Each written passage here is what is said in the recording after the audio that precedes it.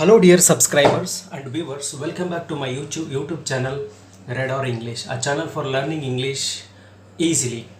Dear students and viewers and subscribers, in the last video we were discussing about direct and indirect speech. That means ಯಾವಾಗ sentence ಅನ್ನುವಂಥದ್ದು simple present ಟೆನ್ಸಲ್ಲಿ ಇರುತ್ತೋ ಅಥವಾ present continuous ಟೆನ್ಸಲ್ಲಿ ಇರುತ್ತೋ ಅಂದರೆ direct ಸ್ಪೀಚ್ನಲ್ಲಿ, ಅದನ್ನು indirect ಸ್ಪೀಚಿಗೆ turn ಮಾಡೋದು ಹೇಗೆ ಅನ್ನೋದನ್ನು ಕಳೆದ ತರಗತಿಯಲ್ಲಿ ನಾವು ನೋಡಿದ್ವಿ.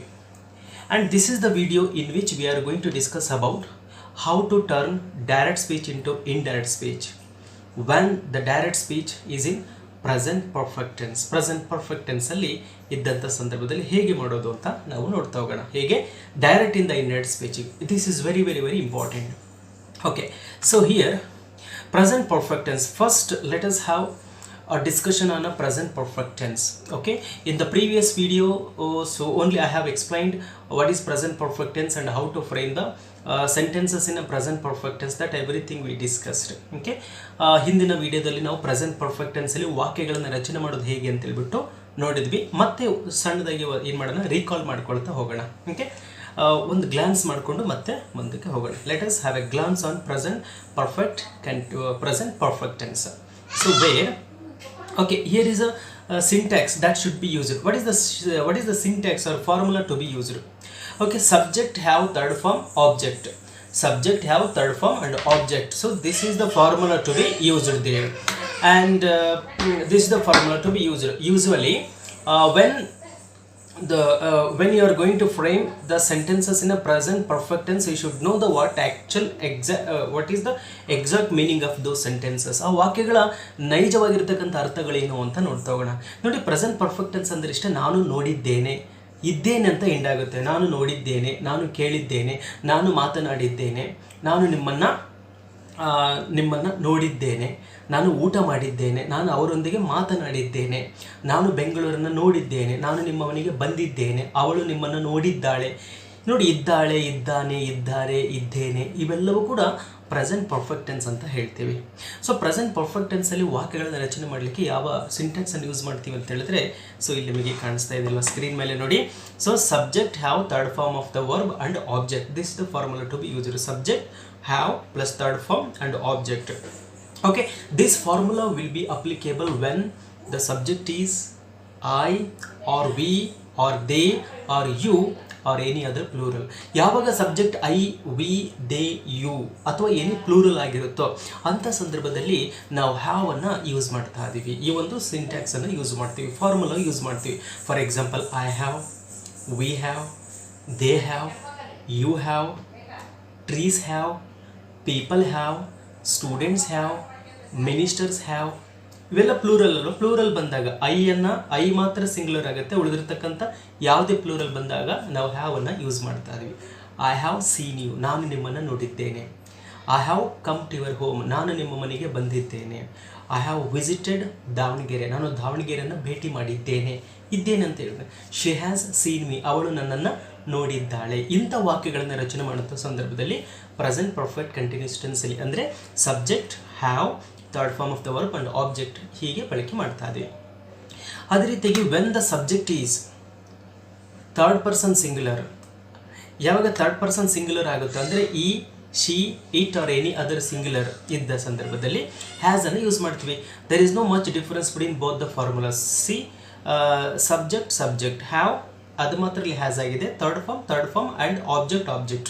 Rest of the things will be as usual. Only thing is in the place of have you need to mention has. That's it. Okay, have ಇರುವಂಥ ಜಾಗದಲ್ಲಿ ಹ್ಯಾಸ್ ಅನ್ನು ಬಳಕೆ ಮಾಡಿದರೆ ಆಯಿತು. ನೋಡಿ, he has, she has, it has, Raju has, Mangala has, Shweta has, Swami has. ಹೌದಲ್ವಾ? ಈ ರೀತಿಯಾಗಿ. ಹಾಗಾದರೆ ಒಂದಷ್ಟು ಎಕ್ಸಾಂಪಲ್ಸ್ಗಳನ್ನು ನೋಡೋಣ. ಈ ಫಾರ್ಮುಲಾ ಯೂಸ್ ಮಾಡಿಕೊಂಡು ಮೊದಲು ವಾಕ್ಯಗಳನ್ನು ರಚನೆ ಮಾಡೋದು ಹೇಗೆ ಅಂತ ನೋಡೋಣ ಪ್ರೆಸೆಂಟ್ ಪರ್ಫೆಕ್ಟ್ ಟೆನ್ಸ್ನಲ್ಲಿ. Okay, some examples. Let's have some examples in present perfect tense. ಅದು ನೋಡ್ಕೊಳ್ಳೋಣ. ಆಮೇಲೆ ಇದನ್ನು ಡೈರೆಕ್ಟನ್ನು ಇಂಡೈರೆಕ್ಟ್ ಸ್ಪೀಚಿಗೆ ಟರ್ನ್ ಮಾಡೋದು ಹೇಗೆ ಅಂತೇಳಿ ಬಹಳಷ್ಟು ಸುಲಭವಾಗಿ ಕಲಿಬೋದು, ನೋಡ್ತಾ ಹೋಗೋಣಂತೆ. ಸೊ ಹಿಯರ್ ಪ್ರೆಸೆಂಟ್ ಪರ್ಫೆಕ್ಟ್ ಟೆನ್ಸಲ್ಲಿ ಅಫರ್ಮೇಟಿವ್ ಸೆಂಟೆನ್ಸನ್ನು ಫ್ರೇಮ್ ಮಾಡೋದು ಹೇಗೆ, ನೆಗೆಟಿವ್ ಸೆಂಟೆನ್ಸನ್ನು ಫ್ರೇಮ್ ಮಾಡೋದು ಹೇಗೆ ಅನ್ನೋದನ್ನು ನೋಡ್ತಾ ಹೋಗೋಣ. Now we are going to have a look at how to prepare or else how to frame the sentences in how to frame the affirmative sentences and negative sentences. First let us move on to framing affirmative sentence. Affirmative sentence ಅನ್ನು ಫ್ರೇಮ್ ಮಾಡೋದು ಹೇಗೆ ಅಂತೇಳಿ ಈಗ first ನೋಡ್ತಾ ಹೋಗೋಣ. It's very simple. I have seen you. I subject, have, I we they ಬಂದರೆ have ಬರಬೇಕಲ್ವಾ. I have seen, see saw seen, see saw seen, third person third form of the verb is to be used. See saw seen. Break ಇತ್ತಂದ್ರೆ break, broke, broken. So broken is the third form of the verb. Okay, see saw seen. Seen is the third form of the see. See ಗೆ seen third form ಆಗುತ್ತೆ. Okay, break, broke, broken. Sit, sat, sit. Come, came, come. Drive, drove, driven. Third ಫಾರ್ಮನ್ನು use ಮಾಡಬೇಕಾಗುತ್ತೆ ನಾವಿಲ್ಲಿ. Damage, damaged, damaged. Cut, cut, cut. Keep, kept, kept. Okay, ಈ ವರ್ಡ್ಸ್ಗಳನ್ನು ಸ್ವಲ್ಪ collect ಮಾಡ್ಕೊಳ್ಬೇಕು ನೀವು. ಇವು ಕಲೆಕ್ಟ್ ಮಾಡ್ಕೊಂಡು ಚೆನ್ನಾಗಿ ನೋಡ್ಕೊಳ್ಳಿ. This will be very useful. Okay, fine. ನೋಡಿ, ಐ ಹ್ಯಾವ್ ಸೀನ್ ಯು ಇದ್ದೇನಂತ ಎಂಡ್ ಆಗುತ್ತಲ್ವ. ಐ ಹ್ಯಾವ್ ಸೀನ್ ಯು, ನಾನು, ಐ ಅಂದರೆ ನಾನು, ಹ್ಯಾವ್ ಸೀನ್ ಯು ನಿಮ್ಮನ್ನು, ನಾನು ನಿಮ್ಮನ್ನು ನೋಡಿದ್ದೇನೆ.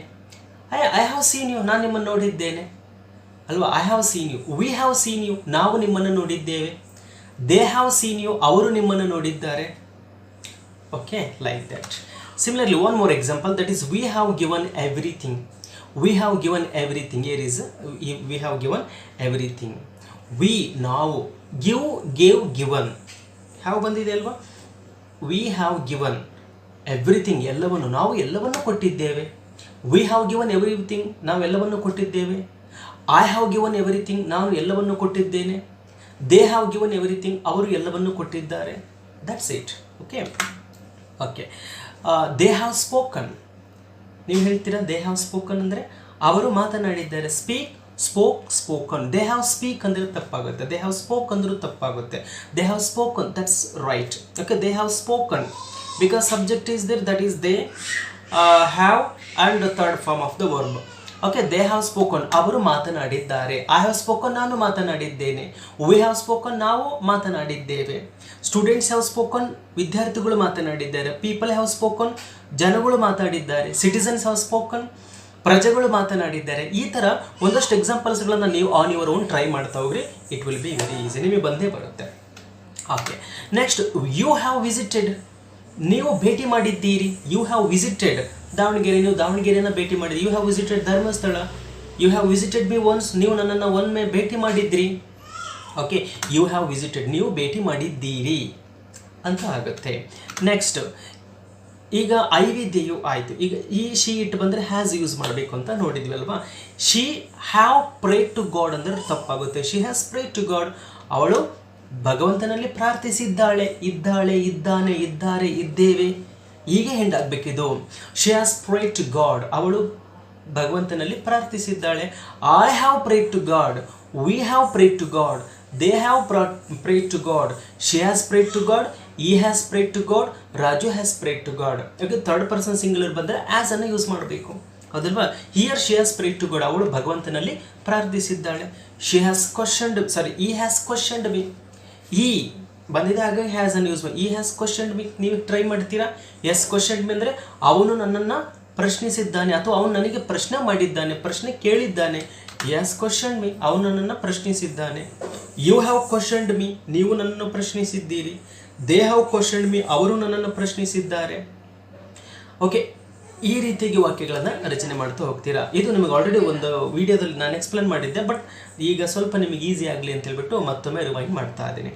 Okay, next, Vinay has made me laugh.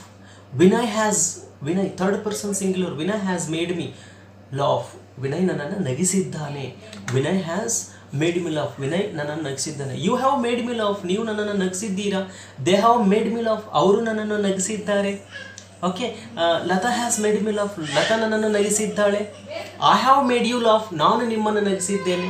They have made him laugh, ಅವರು ಅವನನ್ನು ನಗಿಸಿದ್ದಾರೆ. Okay, this is how you are going to frame sentence in present perfect tense and the exact meaning of them ಕೂಡ ಈಗ ಈ ಒಂದು ವಿಡಿಯೋದಲ್ಲಿ ನಾವು ತಿಳ್ಕೊಂಡಿದ್ದೀರಾ. ಇವೆಲ್ಲ ಅಫರ್ಮೇಟಿವ್ ಸೆಂಟೆನ್ಸ್. ನೆಗೆಟಿವ್ ಸೆಂಟೆನ್ಸ್ ಅಂದರೆ ಈಗ ಐ ಹ್ಯಾವ್ ಸೀನ್ ಯು ಇದೆ, ನಾನು ನಿಮ್ಮನ್ನು ನೋಡಿದ್ದೆ. ನಾನು ನಿಮ್ಮನ್ನು ನೋಡಿಲ್ಲ. ಅಂಥ ವಾಕ್ಯಗಳನ್ನು ರಚನೆ ಮಾಡೋದು ಹೇಗೆ ಅಂತ ನೋಡ್ತಾವೆ. ನೆಗೆಟಿವ್ ಸೆಂಟೆನ್ಸ್ ಇಷ್ಟೇ.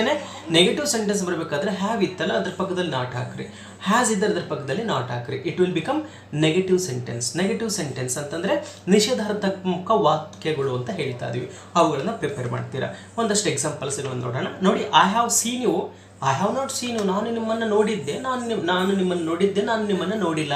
I have not seen you, ನಾನು ನಿಮ್ಮನ್ನು ನೋಡಿಲ್ಲ. I have not seen you. Okay, I have not seen you, ನಾನು ನಿಮ್ಮನ್ನು ನೋಡಿಲ್ಲ. They have not seen me, ಅವರು ನನ್ನನ್ನು ನೋಡಿಲ್ಲ. You have not seen me, ನೀನು ನನ್ನನ್ನು ನೋಡಿಲ್ಲ. ಗೊತ್ತಾಗ್ತಿದೆಯಲ್ವ? ಇದನ್ನ ಬರೆದು ಪ್ರಾಕ್ಟೀಸ್ ಮಾಡಿ. Next, we have not given everything. We have given everything, ನಾವೆಲ್ಲವನ್ನು ಕೊಟ್ಟಿದ್ದೇವೆ. No, we have not given everything, ನಾವು ಎಲ್ಲವನ್ನು ಕೊಟ್ಟಿಲ್ಲ. This is negative sentence. They have not spoken, they have spoken, ಅವರು ಮಾತನಾಡಿದ್ದಾರೆ. ದೇ ಹ್ಯಾವ್ ನಾಟ್ ಸ್ಪೋಕನ್, ಅವರು ಮಾತನಾಡಿಲ್ಲ. You have visited, ನೀವು ಭೇಟಿ ಮಾಡಿದ್ದೀರಿ. No, you have not visited, ನೀವು ಭೇಟಿ ಮಾಡಿಲ್ಲ. That's it. And she has prayed to god, ಅವಳು ಭಗವಂತನಲ್ಲಿ ಪ್ರಾರ್ಥಿಸಿದ್ದಾಳೆ. No, she has not prayed to god, ಅವಳು ಭಗವಂತನಲ್ಲಿ ಪ್ರಾರ್ಥಿಸಿಲ್ಲ. Similarly, he has not questioned me, he has not questioned me, he has questioned me, ಅವನು ನನ್ನನ್ನು ಪ್ರಶ್ನಿಸಿದ್ದಾನೆ. he has not questioned me, ಅವನು ನನ್ನನ್ನು ಪ್ರಶ್ನಿಸಿಲ್ಲ. Okay, Vinay has made me laugh, Vinay ನನ್ನನ್ನು ನಗಿಸಿದ್ದಾನೆ. No, Vinay has not made me laugh, Vinay ನನ್ನನ್ನು ನಗಿಸಿಲ್ಲ. Have ಇದ್ದರೆ ಹ್ಯಾವ್ ಪಕ್ಕದಲ್ಲಿ ನಾಟ್ ಹಾಕ್ರಿ, ಹ್ಯಾಸ್ ಇದ್ದರೆ ಹ್ಯಾಸ್ ಪಕ್ಕದಲ್ಲಿ ನಾಟ್ ಹಾಕ್ರಿ. It will become negative sentence. ಅಂದರೆ ಆ ಕೆಲಸ ಮಾಡಿಲ್ಲ ಅಂತ ನಿಷೇಧಾತ್ಮಕವಾಗಿ ಹೇಳ್ತದೆ. Vinay has not made me laugh, Vinay ನನ್ನನ್ನು ನಗಿಸಿಲ್ಲ ಅಂತೇಳ್ಬಿಟ್ಟು. ಓಕೆ, ನಿಮಗೆ ಇದು ಗೊತ್ತಾಯಿತು ಅಂತ ಭಾವಿಸ್ತಾ ಇದ್ದೀನಿ. Affirmative sentence, negative sentence, how to frame the affirmative and negative sentences in present perfect tense. Okay, on the basis of these sentences we are going to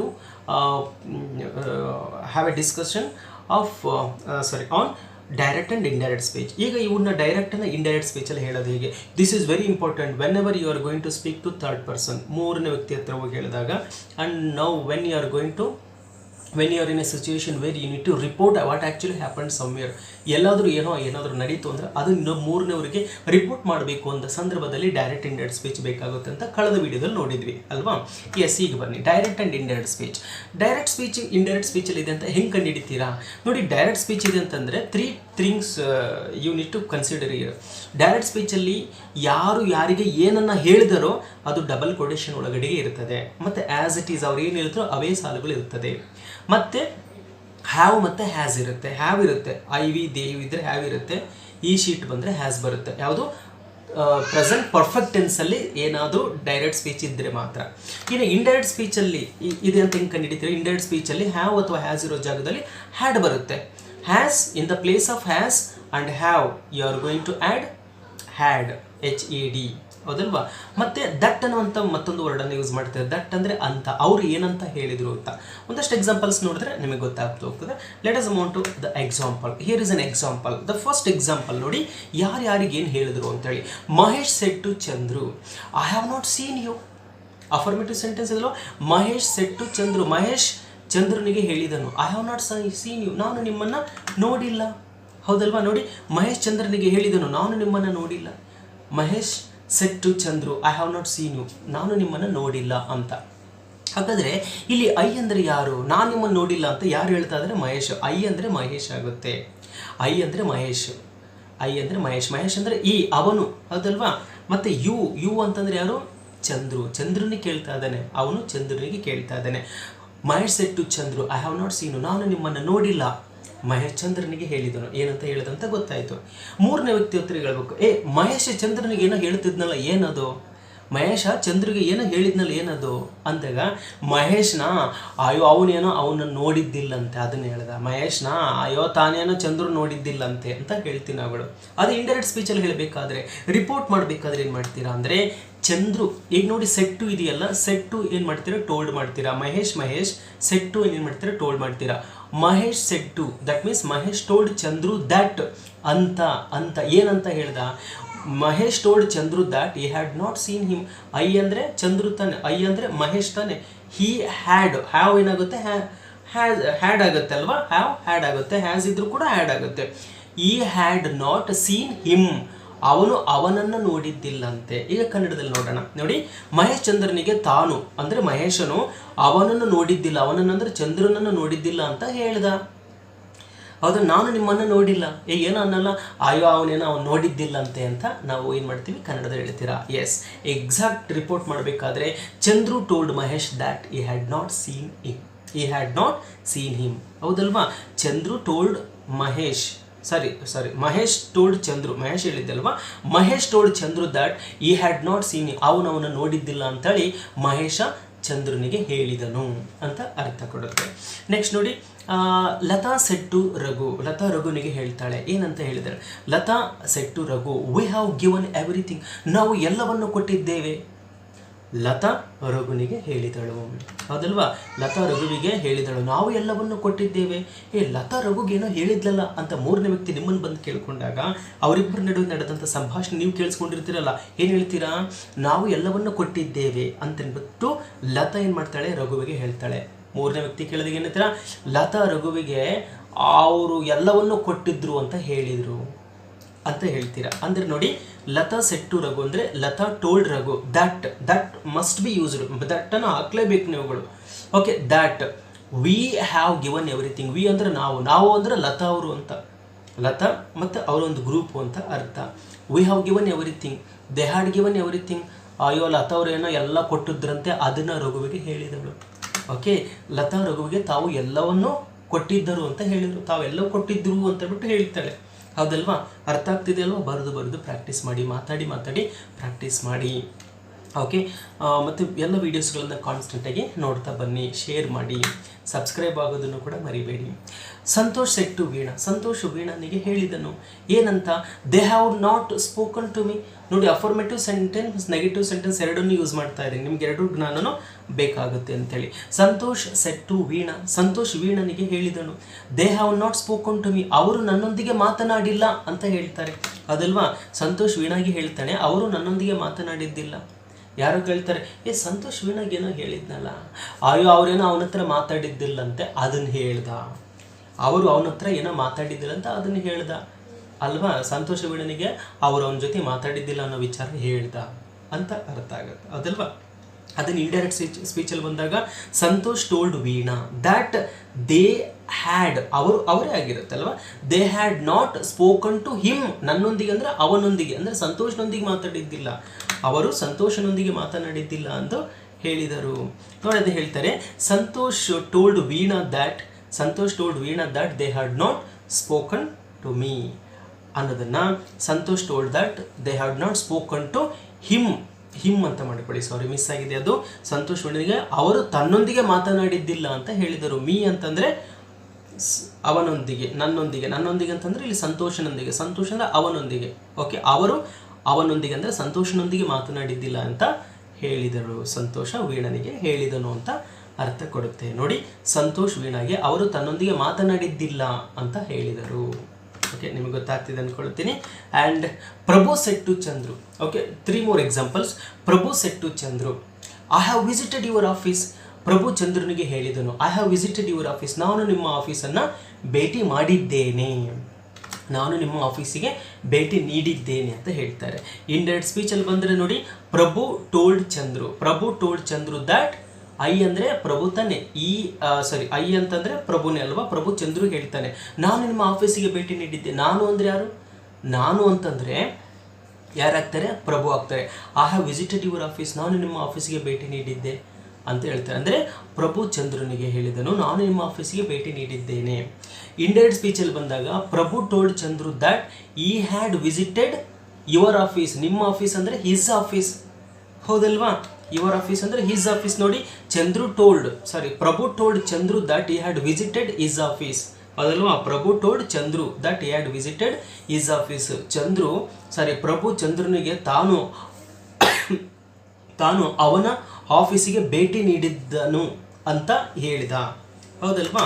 ನೋಡಿ, ಪ್ರಭು ಚಂದ್ರಿಗೆ ತಾನು ಅವನ ಆಫೀಸಿಗೆ ಭೇಟಿ ನೀಡಿದ್ದ ಅಂತ ಹೇಳಿದನು, ಗೊತ್ತಾಗ್ತಿದೆ ಅಲ್ವಾ. This is how. And Umesh said to Lata, Umesh ಲತಾನಿಗೆ ಹೇಳಿದನು ಏನಂತ, she has not pray to god, ಅವಳು ಭಗವಂತನೊಂದಿಗೆ ಪ್ರಾರ್ಥಿಸಿಲ್ಲ, ಅವಳು ಭಗವಂತನನ್ನು ಪ್ರಾರ್ಥಿಸಿಲ್ಲ ಅಂಥೇಳಿ ಉಮೇಶ್ ಲತಾಗೆ ಹೇಳಿದ್ರೆ, ಉಮೇಶ್ ಲತಾಗೆ ಏನೋ ಹೇಳಿದ್ನಲ್ಲ ಅಂತ ಕೇಳಿದಾಗ ಏನು ಮಾಡ್ತೀರಾ, ಉಮೇಶ್ ಲತನಿಗೆ ಅವಳೇನೋ ಪ್ರಾರ್ಥನೆ ಮಾಡಿದ್ದಿಲ್ಲ ಅಂತ ಹೇಳಿದ ಹೌದಲ್ವಾ.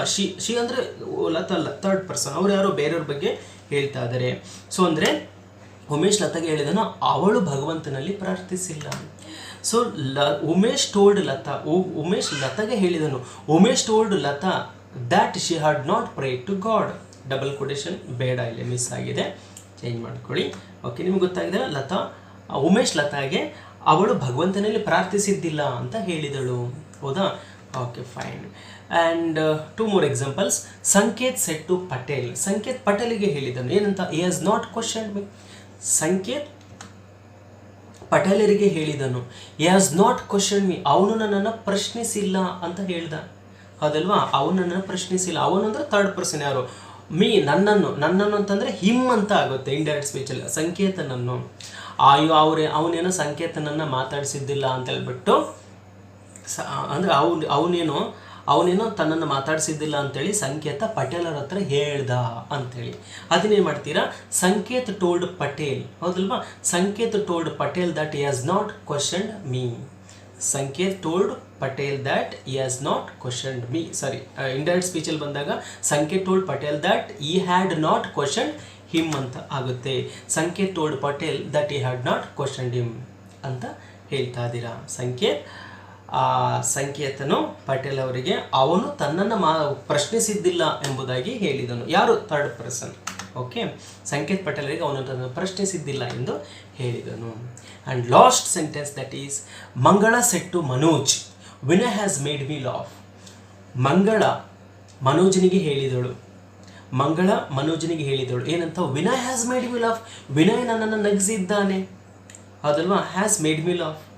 ಸೊ ಇಂಡೈರೆಕ್ಟ್ ಸ್ಪೀಚಲ್ಲಿ Mangala told Manoj that Vinay had made her, ತನ್ನನ್ನು, ಲಾಫ್. ಓಕೆ, ವಿನಯ್ ಅವಳನ್ನು ನಗಿಸಿದ್ದ ಎಂಬುದಾಗಿ ಅವಳು ಮೀನ್ಸ್ ಮಂಗಳಳು ಮನೋಜನಿಗೆ ಹೇಳಿದಳು ಅಂತ ಆಗುತ್ತೆ.